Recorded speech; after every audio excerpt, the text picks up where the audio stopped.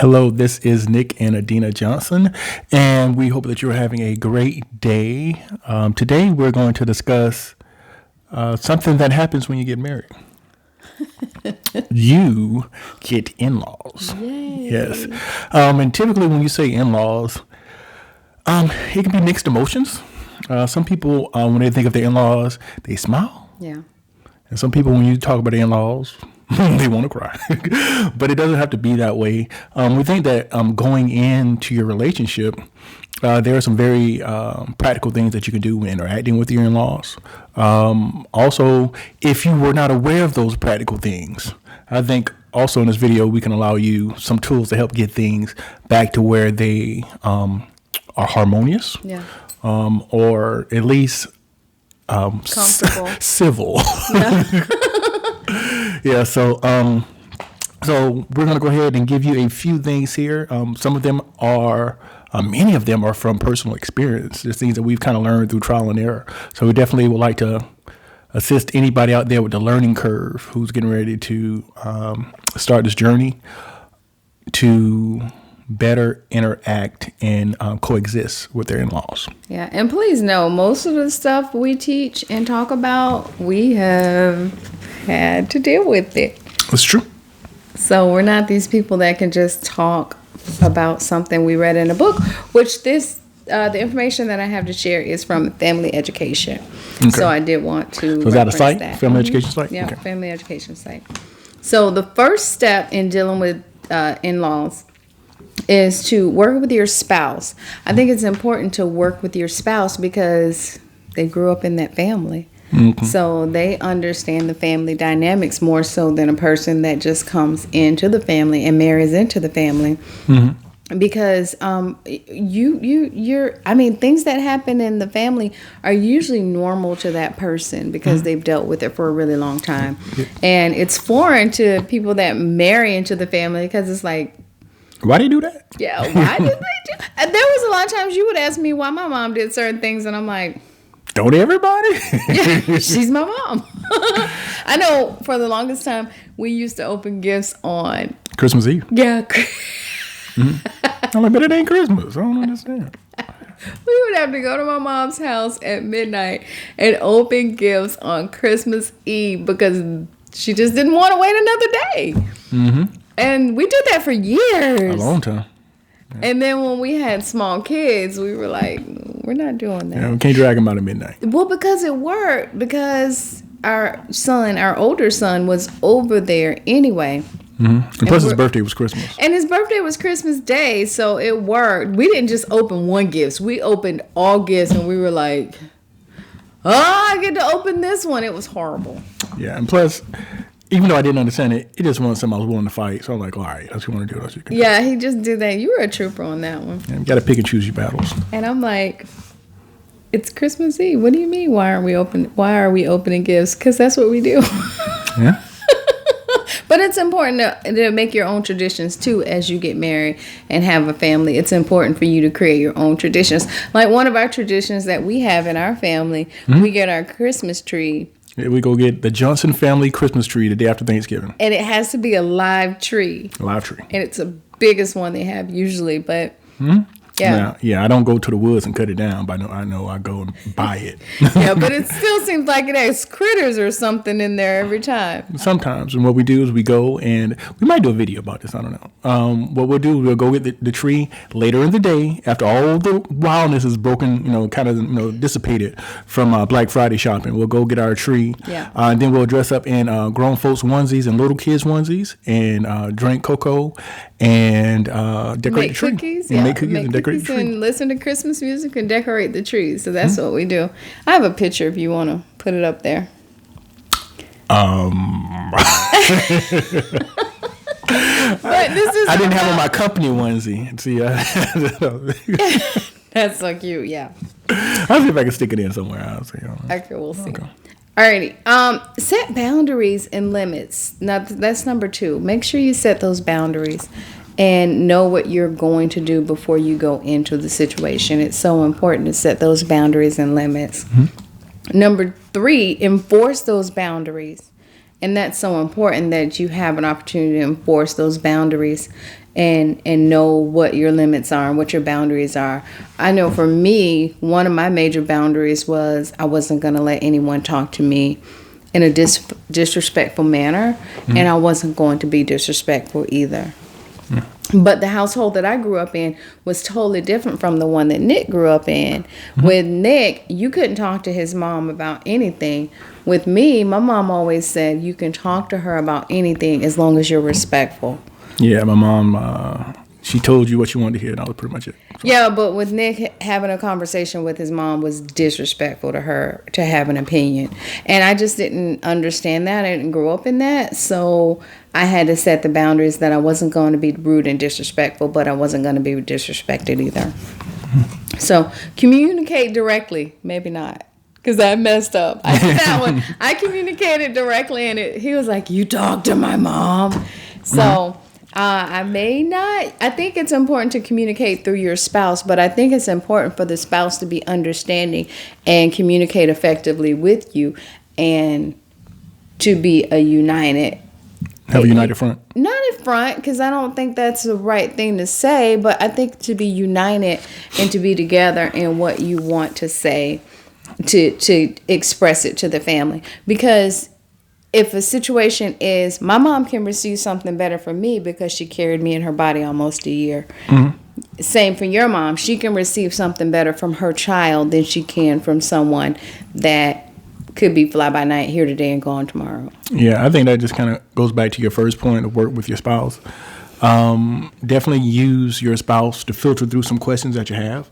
And you can, as you say, communicate directly, but understand what type of approach you should take in communicating directly. And I think that'll help things go a whole lot smoother. Yeah. Also, I think it's important to know yourself and know what your limits are and know where your boundaries are. Because if you know yourself, you know you don't want to be disrespected, or you know where the cutoff is and where you can't take certain things. Get with the program. This is one big thing I had to learn, to get with the program. What, I didn't get with the program? No, I just said get with the program. Yeah, get with the program. Get with the program as far as get on board. Understand what it is. You know, and that really goes, with, for me, I had to get with the program. I thought, because your mom stayed home, I thought, oh, your house was always immaculate. I think I thought like TV. And it wasn't really TV. I thought your house was immaculate. At 6 o'clock, you sat down and had a meal. And that's not reality. Well, that's not reality. I think everybody's normal, it can be different. So as far as my normal can be very different to what you were. Like, for instance, certain things, because you grew up in it, it's just normal. Now, my mom was a homemaker. Yeah. But my mom, for years, and really up to this day, my mom was still taking kids to school. Yeah. Which I commend her for that, because I know it's just challenging taking our own. Yeah. Let alone taking generations. Literally, my mom has been taking kids to school since like 1973. Right. So it's been a long time. She's faithful in doing that. But everybody knows normal. It's a little bit different, and be mindful of that. Yeah, and I know one time too, I had a supervisor whose kid caught the bus, and I'm like, your wife is home. Why would your kid ever catch the bus? But that was just... That would be my thought, too, because I'm like, my mom always took me to school. But that was naive of me. I need to get with the program. I need to understand. But that was normal. Yeah, it was normal, and it made sense. Just like I thought, with your mom being home, you would have dinner every night as a family at 6 o'clock, and that's just really not reality. So I think it's important to get with the program and understand what is fiction and what's real. Learn how to cool off. Learn to take a cooling off period. Learn to take a break. Learn that you two are one, and that it's so important for us to be one. And if I need a break, then, I need to maybe remove myself from the situation, and as my husband, I want you to come home. That doesn't mean you don't get to go see your parents or your family. That just means I need to step away for a little bit. And if we drove together, you may need to take me home and then go back and be with your family. But it's so important not to talk negatively about your spouse with your family. because that's still your spouse, and the two shall be one. So you're one flesh, and so you really need to be united in that, and that you're together, you're one flesh. And so to let someone talk negatively about your spouse is unacceptable. So learn to cool off, learn to take a break. There were times, I know I didn't talk to your parents for a while, but I supported you in going to your parents' house, going to be with them, going to spend some time with them, because you're their son and they need you to be around them. They need that connection with you. And so part of me being honoring to my mother and my father, which is his mother and father, is by asking you, please go see your family. And when you go, take food. Or go see your family, and when you go, take gifts. I would support you in your relationship with your parents, but I set my boundaries and my limits, and I wasn't involved because it was better for everybody at that time that I wasn't involved. I think part of that too is, if you're going to set those boundaries and those limits, I'm going back to that one, then you have to be on your own. You can't expect them to do certain things for you, like pay bills. I'm not going to ask you to pay my bills if I can't take your input. Or to keep my kids. I need you to pick up my kids every day at 5 o'clock until I get off of work, and you need to feed them dinner and be with them until 6 or 7. But I don't want to hear nothing you have to say. That's not fair. You need to set those limits and boundaries and take care of your own business if you don't want to hear what a person has to say. If you don't want their input, you need to be able to take care of your own situation. Like now, we have your parents and my parents as well. My mom, my dad passed away.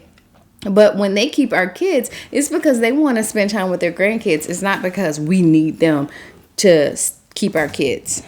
So those are the boundaries that we've set, and we've taken care of our business in that respect. Whereas we don't need them. It's good to have them around, but we don't necessarily need them. Yeah, and I think that falls probably to your next point, which is be mature. Yeah, be mature. Take care of your business. In saying that, you have to be realistic that, if there's a certain level of dependency that you have on them, that they, honestly, as you say, you've earned the right to, to speak on certain things. I'm going to say that, being a mom or being your mom or your dad, they still have certain rights and privileges to be able to articulate certain things to you. Now, granted, they still need to be respectful, because I think what happens over time is that over time, that transition, sometimes some parents miss it, and they still have that dynamic. Well, you're my child, and I'm your parent. You go do what I say. But the thing is that as you grow older and you start to stand on your own 2 feet, that there is a certain level of I guess, for lack of a better word, just respect that, you should have as being an adult. And the conversations will slightly change as you get older with your in-laws. Now, never should you be disrespectful to your parents. No. But at the same time, you do have the ability to have a honest and respectful dialogue with them, being, one adult to another adult. Yeah. So. Especially if you're mature.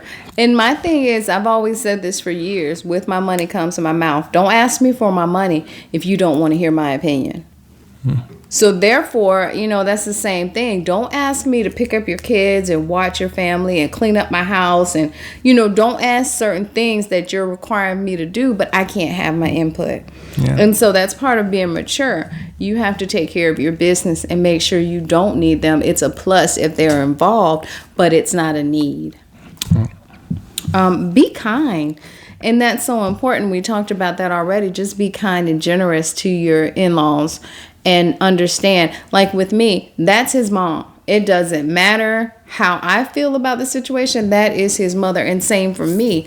That's my mother. And if you don't agree with something she has to say, I will address it and I will talk to her. But under no circumstances will you ever be disrespectful to my mother. And that's how I've always felt, even though I didn't necessarily have a relationship with Nick's mom for a long time. But I had to understand, that's his mom, and I'm going to be respectful. I'm going to be kind. And the final one is keep a sense of humor. Don't necessarily laugh at your family, but laugh at sometimes how you react to it. Be happy about it. Be open. That's the way they feel about it. And also be honest with each other and talk about it. Say, I don't understand that. Help me to understand, why do they feel a certain way? And then also, I know I said lastly, but also forgive. It's so important that we're forgiving of each other and that we support each other and we forgive because we want to be forgiven for things as well. Yeah, that's true. And actually, I have 4 quick bonuses. Okay, give me some Is bonuses. it 4? 1, 2, 3, 4, 4 quick bonuses. Okay. I like bonuses. All right. And might have to get a little context around this one. Keep your problems to yourself. Oh, yeah. One thing you don't want to do is, and please just bear with me here. Your parents are, I'm sure, very wise. They may have been married for many, many years. But at the same time, what you want to do is you don't want to dump your problems on your parents. And this is why.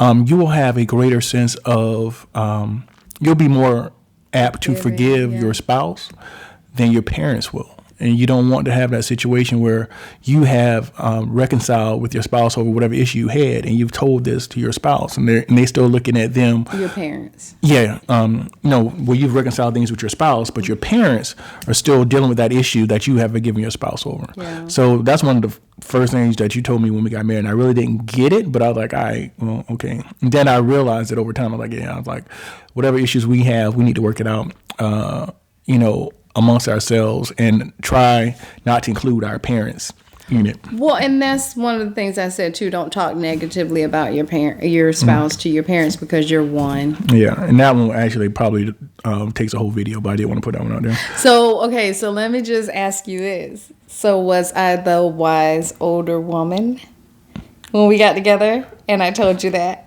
So by me saying yes, that means that you're acknowledging that you're older than me. So do you want me to is that what you want me to say? I am 3 years older than you, and I'm okay with that. Okay, yeah. I will say that you gave me wise nuggets. Yeah. Upon our early yes, ma'am. Okay. Okay, yeah. Look at that big cheese. You're so cute. You're so cute. So allow you, and you mentioned as far as work with your spouse, but allow them to speak on your behalf. Yeah. As far as, if there are certain things that need to be addressed, especially early in your relationship, have them speak for you. I got to a certain point in our marriage, I was like, I'm vested. I was like, I've earned the right to go to Mimo. Your mom's Mimo. To go to Mimo and have a conversation with her. And I'm not saying I'm going there to try to have any type of knockdown, drag out word. But I'm like, you know what? I've been around long enough. I show myself to be faithful to and supportive of everything. So I've earned the right to come to Mimo and have this conversation. But I think you understood too from the beginning of our relationship that I was going to support you. And that I was not going to leave you out there to dry, and I wasn't going to make excuses for anything. But if you felt a certain way, then I did too. Mm-hmm. And when I say go, and I went directly and spoke to her, I didn't go directly and spoke anything pertaining to us. Mm-mm. This is something that may have happened between me and Mimo. Mm-hmm. Like, all right, Mimo, what's going on, Mimo? Right. And I would talk with her. And at this point, I had been around, probably the first time I did that, probably about 10 years, probably. I don't know. And at that point, I was like, all right. Yeah, it had been about 10 years. I was like, we need to talk, Mimo. And we talked and we had a good conversation. And it was independent of me. But that was one thing I've always appreciated, that you had a relationship with my mom independent of me. Whereas, there was a time when we first got married, when we bought our first house, and you guys were cutting fish together and, just spending time together. And that was fine with me. I didn't have an issue with that because you needed to have a relationship. You needed to understand her independent of me. I didn't have to be involved every time. And that was okay because now she's your mother also.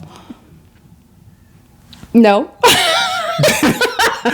Now she's my Mimo. You're trying to get me in trouble with my mom. Letha's like, I'm your mom. But at the same time, I've never called her mother because I've always felt like you have one mother. Yeah, so I agree. That's it. And so that's just like when rest in peace, your dad. When he was like, hey, he's like, call me dad. Like, nah, I got one dad. Yeah. I was like, I call you because I used to call him by his name. I used to say Mr. Holmes. Yeah. That's what I used to say. But I did too, though. Yeah, but he said, nah. He's like, come on. He's like, you get married, go ahead and call me Pops. I'm like, nah, I call you Rod. Yeah. So I started calling him Rod. So that was it.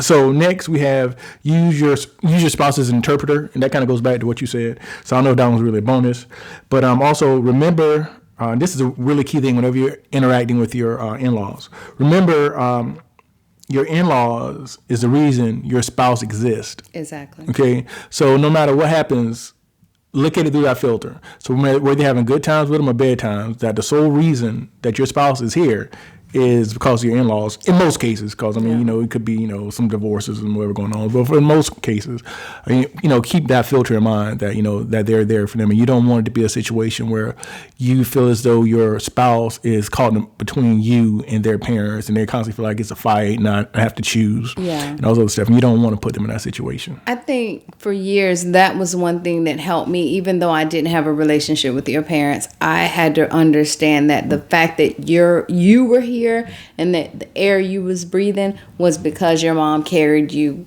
in her body. And that the heartbeat that you had is because she didn't do anything while she was pregnant with you. And that the fact that the gift that I have with you and the fact that we could have a strong bond is because of her sacrifice that she made. I totally understood. And I think that's why it was so important for me to say, hey, whatever your parents need, they got it. Even though I don't have a relationship, because I had to be set aside. I had to have my boundaries with them, but because that is your mom, you need to be able to take care of her, because at the end of the day, I didn't want it ever to be a time where if your parents weren't here anymore, because I had already lost my dad. Well, I lost my dad later, but I didn't never want it to be a point where you didn't do everything you can to be in the relationship with your mother because of me. I never wanted that to be a situation or an issue. So therefore, I had to support your relationship with your parents, and I had to remove myself from the situation. Yeah, but you know, everything, you know, it is a marathon and not a race. So to anybody that's out there who might feel as though you're struggling to, you know, have that balance, know that, you know, there is, you know, I guess you can just say light at the end of the tunnel. Yeah. You know, I know right now, being almost 20 years in now at this particular point, my wife has a great relationship with my mom and my dad now, you know, and, you know, everybody's journey is a little bit different. You know, there's time where you get to know yourself better. They get to know themselves better. You know, and life happens. So we just want to make sure to, you know, stay engaged, try to, you know, continue to move forward and really do what you can to enhance that relationship. Now, you say I have a great relationship with your mom or your I said my parents. Both of your parents. Yeah, I love your parents. But we didn't talk for about 10 to 12 years. And that's just being honest. We just did not talk. And that's because I had to set my boundaries and I needed to be comfortable with the interactions that was happening. But yeah, we have an amazing relationship. I think we had a decent relationship then too, because we didn't need them for certain things, because we were mature and because we took care of our own business. But the fact that I could step away, I had opportunity to focus on us and strengthen our relationship and our marriage. And now when they come around, it's really we travel with they travel with us. We make sure we take care of them. And we go on a summer vacation every year now. Yeah, and take the kids. Yeah, I'll go and make sure you barbecue for them and cook for them and make sure they have good, healthy, decent meals, because that is your parents and we need to be able to take care of them and support them. And she says good, healthy, decent meal because she's like, y'all eat too much takeout. You know, so she's like, I gotta cook y'all some food. So it's not like, they're eating like, Jolly Ranchers and Fruit Loops. No, they're not. But they do eat out. And I cook pretty much 6-7 days a week. I cook pretty much every day. Yeah, so we have to try to make sure, we take some extra food over there today or you have whatever. To, so or I'll just go and you have amazing grilled chicken, so I'll just go and get chicken and let you grill it, and that's healthier than, whatever they put on the food that's at Burger King or takeout or wherever they're eating. I don't know where they're eating, but it's better than takeout. Yeah, that's true. So I think that is... And my food is made with love. All the time. Yes, ma'am. Love and toenails. There you go. That's nasty. I don't put toenails in because you put your foot in it. There you go. No? Okay, that's a term. Yeah. Y'all don't know what I mean. When you put your foot in something, that means that you cooked it good. Yeah. So you spit out toenails. So, all right, just love. No toenails. Just love. All right, so that's it. It's a wrap. You want to sign us out, please, son? Yep. Make sure you like, share, and subscribe. And ask us questions. As we mentioned, it hasn't been hunky-dory and a beautiful road all the time, but now going into our 20 years of marriage, we've been together for 23 years, we really have good relationships with our in-laws and each other's parents. But I think we had to put it in perspective. So ask questions. Let us know what your thoughts and ideas are. And if you need support or you need help or you need advice, we will do the best we can. All right. Nik and Adinah signing off. Thank Take care you. of yourself. Keep loving one another. There you go. Thanks.